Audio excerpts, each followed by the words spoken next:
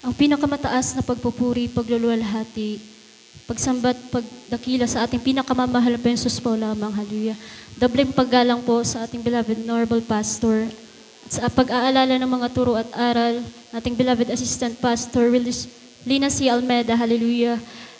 Hallelujah. Binabati ko rin po, hallelujah, ng magandang umaga po ang bawat isa sa atin. Hallelujah. Ako po'y nagpapasalamat sa ating pinakamamahal na Jesus. Hallelujah. Dahil kanina po mga minamahal, nung may nagtanong po sa akin kung magpapatotoo daw po ako mga minamahal. Binuka po ng aking bibig mga minamahal. Sabi ko po, wag muna. Tapos, pero po yung ulo ko po, gumanyan po, parang umuo po mga minamahal. Hallelujah. Nabigla po ako mga minamahal dahil nakalista po ako mga minamahal. Hallelujah. Pinapasalamatan ko po yun sa ating pinakamamahal ng Jesus. Hallelujah. Nung nakaraang hallelujah. A week before the event mga minamahal, the 50th anniversary mga minamahal, hindi rin po ako nakaligtas sa karamdaman mga minamahal. Andyan po na dumapo sa akin ang lagnat mga minamahal at sipon po mga minamahal. Pina-check up ko po yun mga minamahal. Sabi po, UTI daw po yun mga minamahal. Hallelujah. Nung Lunes po nun mga minamahal, di po ako pumasok. Hallelujah.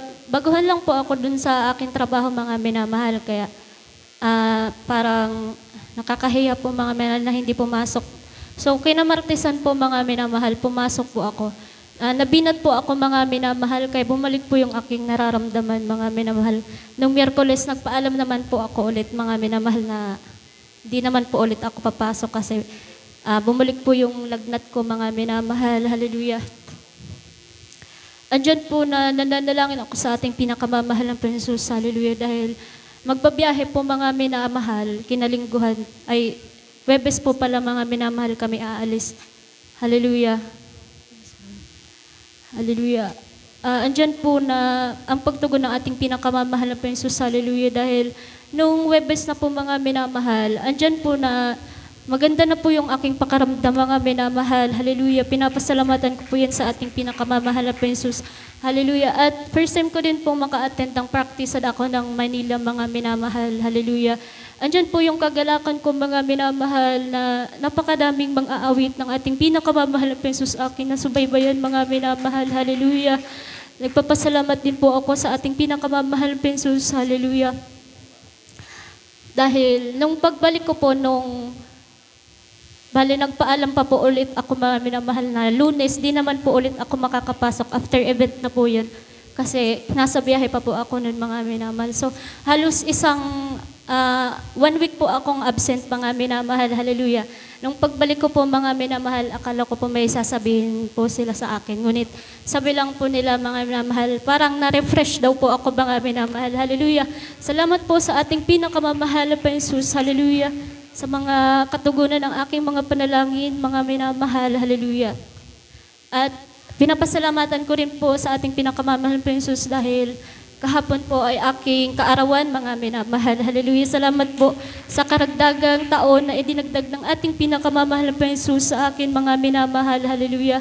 At sa pagbibigay din po, mga minamahal. Hallelujah. Kung dati-rati mga minamahal, kahit may dumating po na pagpapala sa akin mga minamahal, parang nanghihinayang po ako mga minamahal na ibigay po yung para sa ating pinakamamahal. Parang iniisip ko pa mga minamahal, parang may panggagastusan po ako nun mga minamahal. Ngunit hindi po pala yun tama mga minamahal. Hallelujah. Dahil kapag hindi ko po yan binigay mga minamahal, andyan na parang mahirap itawid ang isang araw mga minamahal. Ngunit sa mga sandaling ito mga minamahal, andyan na paunti-unti tinuturoan po ako ng ating pinakamamahal na Jesus. Hallelujah.